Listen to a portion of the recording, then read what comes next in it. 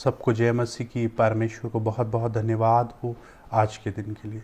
जैसा कि हम देख रहे हैं चारों ओर उस दर्द को, उस तकलीफ़ को, जो बहुत तकलीफ़ और दर्द की बात है, पृथ्वी पर उतर आया है वह समय। अंतिम दिनों में रहते हैं हम लोग। हम उसके विषय में बड़ी गंभीरता से चर्चा करने की कोशिश कर रहे हैं और हम आशा करते हैं प्रार्थना के साथ कि बहुत सारे लोग इन गंभीर बातों पर बेशुमार सच्ची रीति से ध्यान कर रहे हैं। कृपया गंभीरता पूर्वक सुने जिन बातों पर हम लोग चर्चा करने जा रहे हैं। क्योंकि लिखा है 1 तीमुथियुस 3 अध्याय उसके 16वें वचन में, भक्ति का भेद गंभीर है। बहुत सीरियस बात है भक्ति, और वो तमाम भक्तजनों पर परमेश्वर ने ये बातों को प्रकट किया है। क्या लिखा है अंतिम दिनों के बारे में? एक योएल की पुस्तक हमें ऐसा बताती है 15वें वचन में कि परमेश्वर का वह दिन जो बहुत नज़दीक है, लिखा है कि वह दिन नज़दीक है और यहोवा की ओर से, सर्वशक्तिमान परमेश्वर यहोवा की ओर से सत्यानाश का दिन होकर आएगा। ऐसा लिखा है, उस दिन के कारण हाय, क्योंकि यहोवा का दिन निकट है, वह सर्वशक्तिमान की ओर से सत्यानाश का दिन होकर आएगा। और ऐसा लिखा है उसकी पुस्तक में, इसको बताया गया दोबारा यशाया में। क्या लिखा है? हाय हाय करो, क्योंकि यहोवा का दिन समीप है, वह सर्वशक्तिमान की ओर से मानो सत्यानाश का दिन होकर आएगा। परमेश्वर के वचन में ऐसी गंभीर बातों को पहले से बता दिया गया। देखिए, भारी वचन है यहोवा का अंतिम दिनों में। हम उसके विषय में जानते हैं, हम लोग अंतिम दिनों में रहते हैं। जैसे उसकी पुस्तक 2 तीमुथियुस के अनुसार लिखा है कि अंतिम दिनों में कठिन समय आएगा, तो वह कठिन समय पृथ्वी पर आ चुका है। अंतिम दिनों के क्या चिन्ह होंगे? लोग ढीठ होंगे, घमंडी होंगे, हट्ठी होंगे, अपने माता पिता की आज्ञा को टालने वाले, झूठे, भले के बैरी, एहसान फरामोश होंगे, है ना। और क्या लिखा है? सबसे इंपॉर्टेंट बात लिखी है उसके वचन में, लिखा है वह भक्ति का भेष तो धरेंगे, है ना। भक्ति का भेष धरने वाले लोग वहाँ मौजूद होंगे। 2 तीमुथियुस 3 अध्याय में जब हम लोग पढ़ते हैं, तो हम लोग इस तरह के लोगों को चारों तरफ इस पृथ्वी पर देख रहे हैं। क्यों उतर कर आया ये गंभीर दंड का समय? क्यों उतर कर आया? क्योंकि पृथ्वी मानव जाति के उन तमाम कुकर्मों से, अधर्मों से सचमुच में भर चुकी है। पृथ्वी अपने रहने वालों के कारण अशुद्ध हो गई है, क्योंकि लोगों ने सनातन वाचा को पलट डाला है ना। हम लोग ध्यान करेंगे क्या लिखा है। लिखा है उसके वचन के अनुसार, जब हमें यह बताया गया अंतिम दिनों में परमेश्वर का पर्वत, लिखा है यशाया 2 अध्याय उसके 2 वचन में, अंतिम दिनों में ऐसा होगा कि यहोवा के भवन का पर्वत सब पहाड़ों से दृढ़ किया जाएगा और सब पहाड़ियों पर ऊंचा किया जाएगा, और हर जाति के लोग धारा के समान उसकी ओर बहेंगे। यानी परमेश्वर का पवित्र पर्वत कौन है? सिय्योन, यानी यीशु मसीह वह पर्वत है, वह चट्टान है जिसको सबसे ऊंचा किया जाएगा, और धारा के समान लोग किसकी ओर बहेंगे? यानी मसीह को मानने वाले सबसे ज्यादा लोग इस पृथ्वी पर होंगे। अंत के दिनों में ऐसा होगा। यशाया 2 अध्याय उसका 2 वचन आप देख रहे हैं, है ना। उसके विषय में ऐसा लिखा है।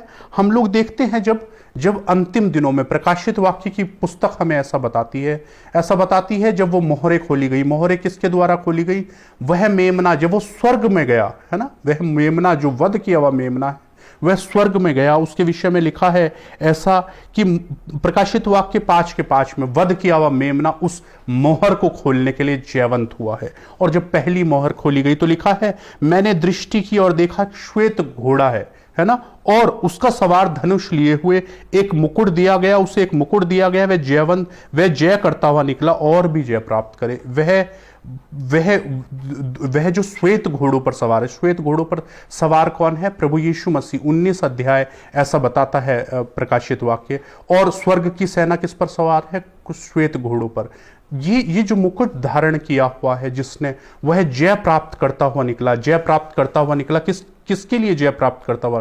सुसमाचार विजयी हुआ, यानी जिसके विषय में हम देखते हैं, हमें बताया गया यशाया की पुस्तक 2 अध्याय के 2 वचन में, अंत के दिनों में ऐसा होगा कि यहोवा का भवन का पर्वत सब पहाड़ों से दृढ़ किया जाएगा। यानी सुसमाचार जयवंत होगा। पृथ्वी के छोर तक, उन लोगों तक, हर एक जाति तक सुसमाचार फैलाया जाएगा। हर घुटना उसके नाम के सामने टिकेगा। सबसे ज्यादा मसीह को मानने वाले लोग होंगे, बुलाए गए लोग। और एक अद्भुत बात यह है, बुलाए हुए लोगों में से ही लोग चुने जाने हैं, क्योंकि बुलाए हुए तो बहुत हैं लेकिन चुने हुए थोड़े हैं। चुने हुए कौन? विश्वासी और चेले में फर्क है। इस गंभीरता को हमें समझना होगा। यानी कि सबसे पहले वह सत्यानाश का दिन होगा जो पृथ्वी के बहुत निकट है। बड़ी वेग से वो दिन उतरकर पृथ्वी पर आ रहा है, और ऐसा लिखा है उस समय सुसमाचार जयवंत होगा सब जगह पर।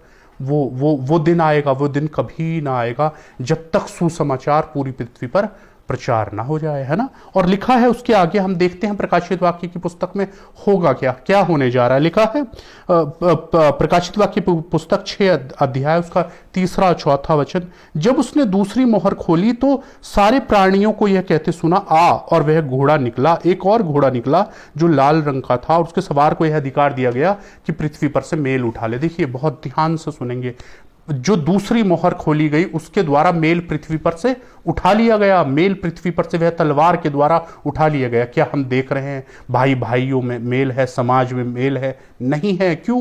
क्योंकि उठा लिया गया है। आज आप देख रहे हैं चारों तरफ मेल पृथ्वी पर से, और मेल किस चीज का है? स्वार्थ का मेल है। अगर जरूरत की फॉर्मेलिटीज कितनी ज्यादा मौजूद है, और वो सच्चा मेल क्यों नहीं हो रहा है? रिश्तों में मेल क्यों नहीं है? घरों में मेल क्यों नहीं है? समाज में मेल क्यों नहीं है? क्योंकि मेल पृथ्वी पर से उठा लिया गया है दूसरी मोहर के खुलते हुए। और जब हम देखते हैं तीसरी मोहर, प्रकाशित वाक्य 6 का 6, देखिए बहुत ही आसान शब्दों में इस भविष्यवाणी की पुस्तक की तमाम बातों को सुनिए, एक एक बात को बहुत गंभीरता से सुनिए, है ना। क्या लिखा है? मैंने तीसरी मोहर के विषय में चारों प्राणियों के बीच में एक शब्द को यह कहते सुना, दिनार का सेर भर गेहूं और दिनार का 3 सेर जौ, पर तेल और दाखरस की हानि न करना। देखिए दिनार एक पावरफुल करेंसी है, डॉलर से भी ज़्यादा पावरफुल है। हम जब देखते हैं बहरीन का या कुवैत का दिनार, वो 240 से भी ऊपर है रुपीज़ में, उसे जब डाइवर्ट करते हैं, यानी एक पावरफुल करेंसी है। बहरीन का 172 के नियर अबाउट उसकी वैल्यू है। दिनार का 1 सेर गेहूं, यानी कि गेहूं की कीमत कितनी होगी? 1 सेर 1 किलो के आसपास, उसकी कीमत इतनी ज्यादा होगी। यानी महंगाई पृथ्वी पर से, उसे एक तराजू दिया गया है ना, है ना। और देखिए आप इस बात की गंभीरता को समझिए। और 3 सेर जौ, है ना, 3 सेर जौ, तेल और दाखरस की यानी अभिषिक्त की हानि मत करना। महंगाई पृथ्वी पर उतरेगी। और उसके विषय में क्या लिखा है? आप चारों ओर देख रहे हैं महंगाई दिन ब दिन बढ़ती चली जा रही है। कोई गवर्नमेंट इसे कंट्रोल नहीं कर पाएगी। क्यों? क्योंकि स्वर्ग की वो मोहर के द्वारा वो उतर कर आई है, मेल पृथ्वी पर से उठा लिया गया है। हम लोग देखते हैं आगे क्या लिखा है। लिखा है चौथी मोहर के विषय में 6 के 8 में, मैंने दृष्टि की और देखा पीला घोड़ा है, उसका सवार का नाम मृत्यु है, और अधोलोक उसके पीछे पीछे है, और देश के 1/4 पर अधिकार दिया गया है ना। पृथ्वी की 1/4 लोगों को मार डालने का अधिकार दिया गया। कैसे? स्वर्ग की ओर से। क्यों? क्योंकि वो अधर्म, वो कुकर्म और वो पाखंड से भरी हुई है समूची पृथ्वी, समूची मानव जाति। पाप और बुराई का लाइलाज कैंसर रूपी कोड़ लगा है मानव जाति को। क्या करना होगा? मन फिराना होगा। स्तुति हो, हर एक पाप और बुराई से सच्ची तौबा करके मन फिराना होगा। सबसे पहला पाप घमंड है, यहाँ उसकी मोहर लगी है। घमंड, अहम, अहंकार की मोहर लगी है। सृष्टि का पहला पाप किसने किया? शैतान ने किया। स्वर्ग में घमंड किया। हम लोग इस बात को देखेंगे। वह क्या हुआ? उसे पृथ्वी पर 1/4 को मार डालने का अधिकार दिया गया। कैसे? तलवार के द्वारा, अकाल के द्वारा और मरी के द्वारा। आप देख रहे हैं तलवार, अकाल और मरी चारों ओर। मरी कैसे? हम लोग, ये सिर्फ कोरोना वायरस की बात नहीं है। आप देख रहे हैं पृथ्वी के हर एक घर में, अपने आस पड़ोस में देखिए, हर एक व्यक्ति आपको हर घर में से बीमार मिलेगा, है ना। कोई किसी को डायबिटीज है, किसी को शुगर है, किसी को कैंसर है, किसी को कुछ प्रॉब्लम। आप हर एक चारों ओर मरी फैली हुई है ना। इस बात की गंभीरता को समझिए। और क्या लिखा है? पृथ्वी के वन पशुओं के द्वारा लोगों को मार डाले। वन पशु कौन है? पृथ्वी के वन पशु, यानी वन पशु सरीखे लोग। आज हम देख रहे हैं नाइजीरिया में वो लोग क्या कर रहे हैं, है ना। कितना गंभीर कत्लेआम वो लोग कर रहे हैं। हम लोग देख रहे हैं ISIS या पृथ्वी के वो वन पशु किस तरह से कत्लेआम कर रहे हैं। हम लोग देखते हैं आगे क्या लिखा है 6:14 के अनुसार, ऐसा लिखा है, आकाश है ना, आकाश ऐसा सरक गया जैसे पत्र लपेटने से सरक जाता है, और हर एक पहाड़ और टापू अपने स्थानों से टल गए, और पृथ्वी के राजा और प्रधान और सरदार और धनवान और सामर्थी लोग, हर एक दास है ना, पृथ्वी की खोखर चट्टानों में जा छुपे। यानी कि अपना प्राण बचाने के लिए बड़े बड़े लोग तक, महान श्रेष्ठ कहलाने वाले हाकिम प्रधान, वो लोग तक छिप गए, है ना। आप देख रहे हैं चारों ओर वह समय पृथ्वी पर उड़ेल दिया गया है। आप इस गंभीरता को समझिए। क्या लिखा है? लिखा है हाकिम द्वार पर खड़ा है। आप है ना, आगे लिखा है वह चट्टानों से कहने लगे हम पर गिर पड़ो। और इस विषय में लिखा है, देखिए आप इस बात को बार बार समझिए, वर्तमान काल का आकाश और पृथ्वी इसलिए रखे गए हैं कि वह आग से जलाए जाएं। वर्तमान का आकाश और पृथ्वी इसलिए रखे हैं कि जलाए जाएं। आप अंतिम दिनों में रहते हैं। इस बातों की गंभीरता को हम समझेंगे। 9:6 प्रकाशित वाक्य ऐसा बताता है, उन दिनों में मनुष्य मृत्यु को ढूंढेगा और मृत्यु उनसे भागेगी। मरने की लालसा करेगा और मृत्यु उनसे भागेगी। मृत्यु को ढूंढेंगे लोग। आज आप लोग देखते हैं, अपने घरों में देखिए, बाहर देखिए, समाज में देखिए, सब लोग चाहते हैं यार क्यों जी रहे हैं हम लोग, इससे अच्छा तो हम लोग मर जाएं, है ना। ऐसी तकलीफ, ऐसे कलेश में परिस्थिति चारों ओर उड़ेल दी गई है। ये किस चीज़, अंतिम दिनों में रहते हैं हम लोग। बिल्कुल फल पक चुका है। वह दिन चोरों के समान उतर कर आ चुका है किसी भी समय। देखिए, अगर आपके और मेरे जीते जी ये सब कुछ नहीं हो पाया, उसकी कमिंग नहीं हो पाई, तो ये याद रखिए हम बहुत जल्दी उससे मिलने जा रहे हैं। ये बहुत छोटा सा जीवन है। हम लोग देखेंगे प्रकाशित वाक्य 16:8 के अनुसार क्या लिखा है। देखिए इस बात को और ज्यादा गंभीरता से सुनिए। चौथे स्वर्गदूत ने वह कटोरा सूर्य पर उड़ेल दिया और मनुष्य को आग में झुलसा देने का अधिकार दिया गया। सूर्य पर एक कटोरा उड़ेल दिया गया और सूर्य के अंदर ना एक रिमोट कंट्रोल लगा है, जिसके द्वारा उसकी गर्मी कंट्रोल रहती है। वे पृथ्वी पर उतनी ही गर्मी, नियर अबाउट सबसे ज्यादा मैक्सिमम गर्मी कितनी भेजता है? 50 डिग्री सेल्सियस, है ना, इक्वेटर के आसपास, जब हम भूमध्य रेखा के आसपास देखते हैं, है ना। लेकिन वो रेगुलेटर उसमें से तोड़ दिया गया और निकाल दिया गया। वो कंट्रोल उसके अंदर से हट गया और पृथ्वी पर इतनी आग सूर्य उड़ेल रहा है कि लोग लगभग झुलस गए उस अग्नि में, है ना। हम देखते हैं आपके पास जब हम लोग जाते हैं, हम लोग ऐसे हाथ करते हैं तो क्या होता है, हाथ एकदम से बाल जल जाते हैं, स्किन झुलस जाती। इतनी गर्मी सूर्य देगा उन दिनों में जो दिन पृथ्वी पर आने वाले हैं और मान लीजिए आ चुके हैं। अगर हम लोग इन वचनों की प्रतीति नहीं कर रहे हैं तो हम परमेश्वर के सत्य और सिद्ध वचन को सचमुच में, आप इन बातों की गंभीरता को समझिए। आगे क्या लिखा है चर्चेज? लिखा है, पांचवें स्वर्गदूत ने अपना कटोरा सूर्य पशु के सिंहासन पर उड़ेल दिया और राज्य पर अंधेरा छा गया और पीड़ा के मारे लोग अपनी जीभ को चबाने लगे। यानी कि लोग ऐसे अपनी जीभ को चबाएंगे, इतनी पीड़ा पृथ्वी पर उतर कर आएगी। आप इस बात को याद रखिए। क्या लिखा है? लिखा है 20 करोड़ के लगभग वो संख्या है उस सेना की जो पृथ्वी के लोगों को पीड़ाएं देने के लिए उतर कर आया है। किसकी ओर से? स्वर्ग की ओर से। आप इन बातों को देखिए, आप इन बातों को समझ पा रहे हैं? कैसा वो दिन आएंगे जिसमें मनुष्य अपनी पीड़ा के मारे जीभ को चबाएगा, लोग मृत्यु को ढूंढेंगे, मेल पृथ्वी पर से उठा लिया जाएगा, है ना। आप इन तमाम बातों को समझ पा रहे हैं? ऐसा हमारा विश्वास है। बहुत ही महंगी मरी, चारों ओर महंगाई होगी, मरी फैलेगी और इन बातों की गंभीरता को जब हम समझते हैं, लोग मार डाले जाएंगे। और क्या लिखा है? लिखा है लोग अपनी जान बचाने के कारण अपने आप को छिपाने के लिए चारों ओर दौड़ेंगे। और ऐसा लिखा है, हम लोग जब इन गंभीर बातों को समझ पा रहे हैं, अब इन बातों से बचेगा कौन बचेगा उस आने वाले सत्यानाश के दिन से?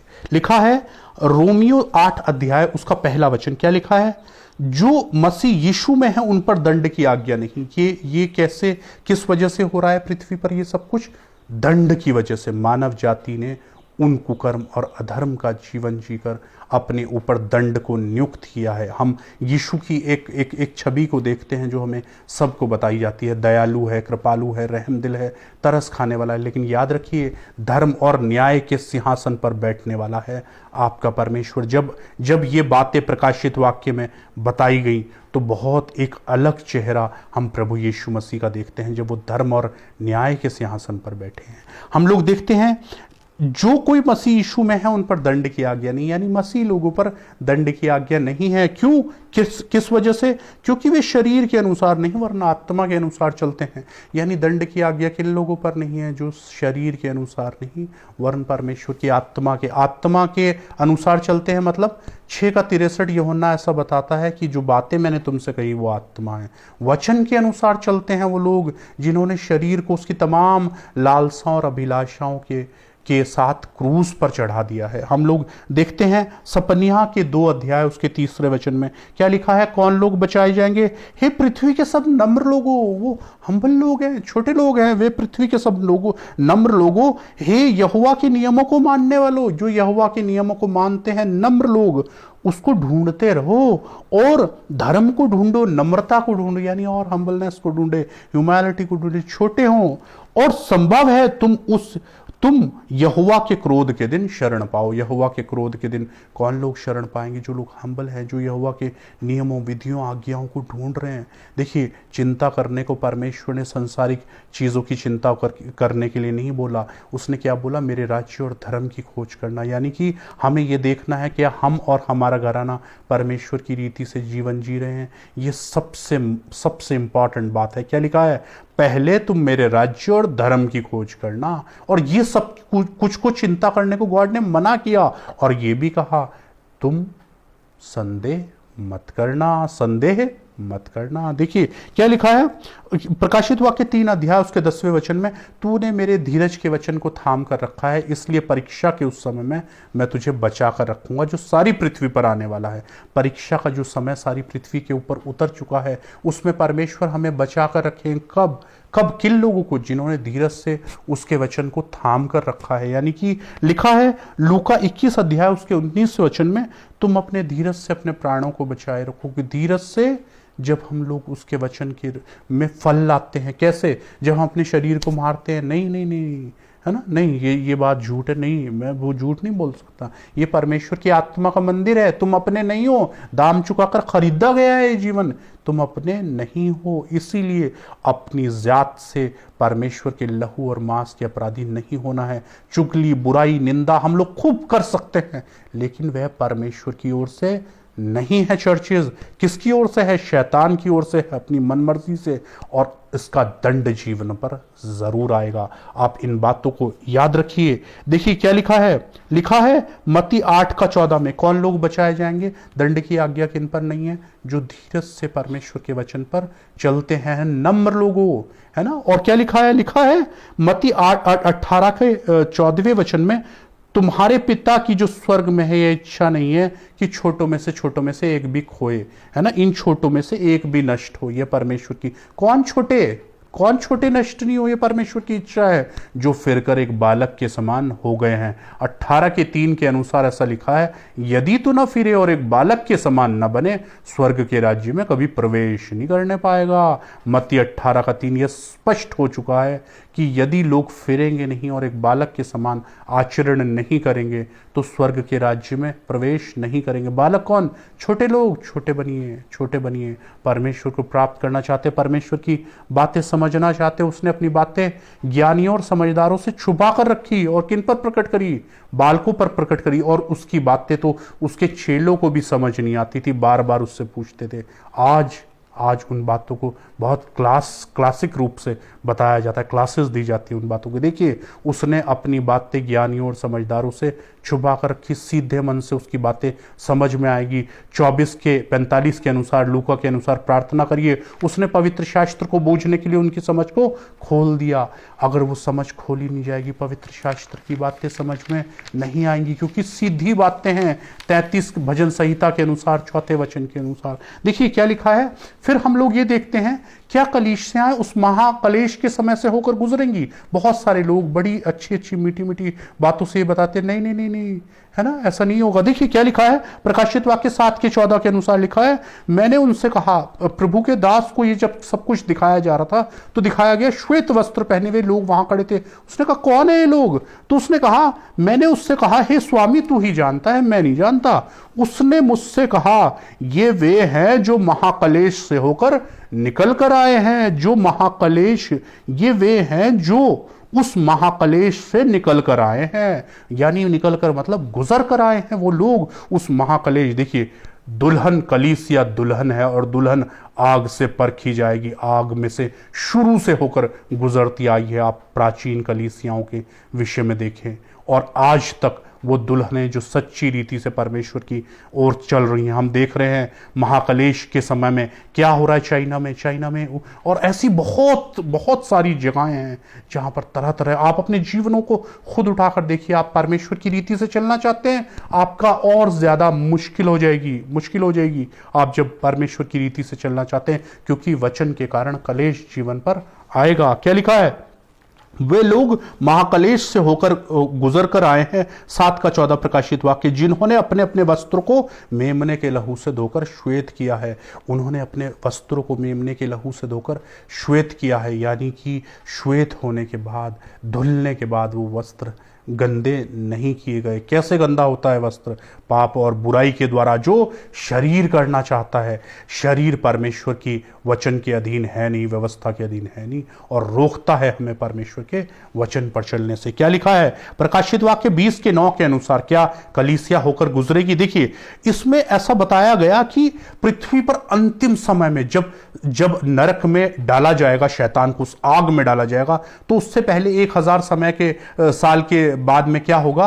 वह भरमाने वाला शैतान इकट्ठा करेगा, वे सारी पृथ्वी पर फैलकर पवित्र लोगों की छावनी और पवित्र नगर को घेर लेगा। देखिए, वो क्या कर रहा है? पवित्र लोगों की छावनी को और पवित्र लोगों को घेर रहा है चारों तरफ। किस समय तक? यानी पवित्र लोग वहां मौजूद हैं जिन्हें वह घेर कर खड़ा है। पवित्र लोगों का छोटा छोटा झुंड, छोटे छोटे घराने। क्या लिखा है? ए छोटे झुंड मत डर, पिता को यह भाया है कि तुझे राज्य दे। वह भीड़ नहीं है, भीड़ नहीं होती। स्तुति हो। भेड़ वह जो परमेश्वर की आवाज को सुनती है और धीरज से परमेश्वर की ओर फल लाती है। क्या लिखा है? वह उन्हें घेर लेगा। उनका भरमाने वाला शैतान आग और गंधक की झील में डाला जाएगा। आग उतरेगी उस समय में। कब? उन लोगों को बचाने के लिए आग उतरेगी, है ना। और आगे क्या लिखा है? एक थिस्सलुनीकियों की पत्री हमें ऐसा बताती है, 4 अध्याय उसका 16 और 17 वचन में क्या लिखा है? देखिए, उन लोगों से पूछा गया, प्रभु के दास के से पूछा गया थिस्सलुनीकियों के लोगों की ओर से कि क्या हम अंतिम दिनों में रहते हैं? क्या ऐसा हो चुका है? क्या वो आमद होने ही वाली है? लिखा है, तो उनको बताया गया क्योंकि प्रभु आप ही स्वर्ग से उतरेगा, है ना। प्रभु आप स्वर्ग से उतरेगा अंतिम दिनों में। उस समय ललकार और प्रधान दूत का शब्द सुनाई देगा और परमेश्वर की तुरही फूकी जाएगी। यानी अंतिम दिनों तक क्या वहां पवित्र लोग बने रहेंगे? देखिए, आप इस बात को समझिए। अंतिम दिनों में तुरही फूकी जाएगी, परमेश्वर स्वर्ग से उतरेंगे, है ना। परमेश्वर आप स्वर्ग से उतरेगा और जो मसीह में मरे हुए हैं पहले जी उठेंगे। यानी मसीह में अपनी मरे हुए लोग, जो सो गए लोग मसीह में, वो जी उठेंगे। और हम जो जीवित हैं और बचे रहेंगे उसके साथ बादलों पर उठा लिए जाएंगे। यानी कि जब यीशु का आना होगा, वो लोग पृथ्वी पर से उठा लिए गए यीशु के पास, और वह प्रभु से मिलेंगे और उस रीति से हम सदा के लिए प्रभु के साथ रहेंगे। यानी कि उन लोगों को बता दिएगा, जो लोग जीवित होंगे यीशु के आने पर, सेकंड कमिंग पर जो लोग जीवित होंगे, वह प्रभु से हवा में मिलेंगे। यानी वो लोग वहां पर मौजूद हैं। कब तक? आखिरी दिन तक। देखिए क्या लिखा है प्रकाशित वाक्य जब 16:15 के अनुसार लिखा है, देखो मैं चोरों के समान आता हूं, है ना। चोर के समान आता हूं। धन्य है वह जो जागता रहता है और अपने वस्त्र की चौकसी करता है। और एक गंभीर वचन को जब हम देखें, सब कुछ ऐसे ही होने जा रहा है। तो क्या लिखा है परमेश्वर की पुस्तक में 2 पत्रस, उसमें क्या लिखा है 10वें वचन में 3:10 में, परंतु प्रभु का दिन चोरों के समान आ जाएगा। उस दिन आकाश बड़ी हड़हड़ाहट के शब्द के साथ जाता रहेगा और तत्व बहुत ही तत्व होकर पिघल जाएंगे और पृथ्वी और उस पर के काम जल जाएंगे। यानी कि आकाश ऐसे जलेगा जैसे पन्नी जलती है। पन्नी को जब हम जलाते हैं, एक लिफाफे को जब हम जलाते हैं, वो टपकता है ना, इस तरह सब कुछ पिघलने वाला है। और क्या लिखा है, जबकि ये सब वस्तुएं इस रीति से पिघलने वाली हैं, तो हमें पवित्र चाल चलन और भक्ति में कैसा मनुष्य होना चाहिए। जब सब कुछ ऐसे ही पिघलने वाला है, तो आपको और हमें ऐसा बताया गया कि भक्ति और पवित्र चाल चलन में कैसा मनुष्य होना चाहिए। आप वो तमाम समयों को चारों ओर देख रहे हैं और ये बड़ी पीड़ादायक बातें हैं। आज भी परमेश्वर की ओर सच्चा मन फिराव करिए और परमेश्वर की रीति से चलिए। उसके मांस और लहू के अपराधी नहीं होना है। शैतान की बातों में वो मनुष्य का मन मनुष्य की बातों पर लगाता है, दुनियावी बातों पर। देखिए, भक्ति का वेद गंभीर है, ऊपर की बातों पर ध्यान लगाइए, वचन के साथ सच्ची संगति करिए और सच्चे मन फिराव के साथ उपवास और प्रार्थना ठहराइए अपने परिवारों के लिए। फिर से मिलेंगे नए लोगों के साथ में, नए लोगों के लिए गंभीर बातों को करेंगे, बुनियादी बातों को। धन्यवाद।